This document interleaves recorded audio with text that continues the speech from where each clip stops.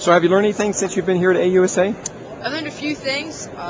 Went around to some of the different booths and seen some different job opportunities, new MOSs that I had no knowledge of, different commands, checked out Northcom, Southcom, things like that. And there's just a ton of people here, a lot of veterans. You talk to them and you learn a lot about the place that you're at and how it used to be and the improvements that have been made just throughout the Army. So it's been a good experience. Now, would you recommend this to another sergeant in your unit? Would you say, hey, this is a worthwhile thing, or? Yeah, definitely.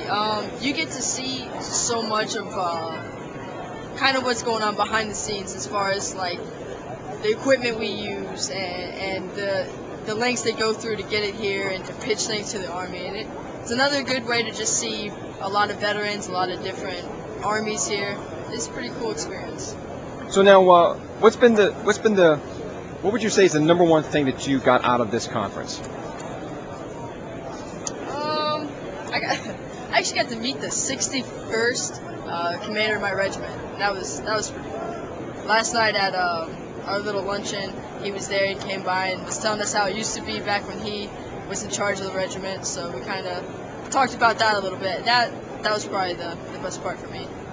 Okay. And what about all the technology here? I mean, have you seen anything that you'd say, wow, our unit needs to buy that because it'll help our what we do? Probably the coolest thing I saw here when I was checking out some of the weapons, and they took the saw and basically cut the weight in half.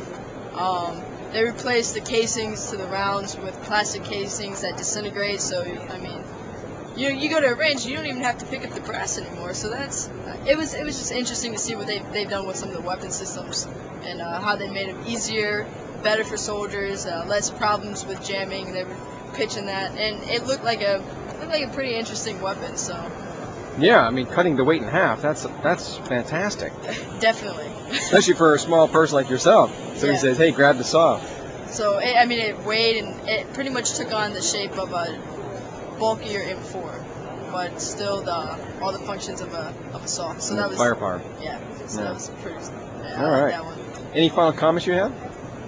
No, I still have a lot of booths to check out. It's definitely a lot bigger than I thought it was going to be. So I'm going to go and check out the rest of it and see what else they got to offer. All right. Thank you.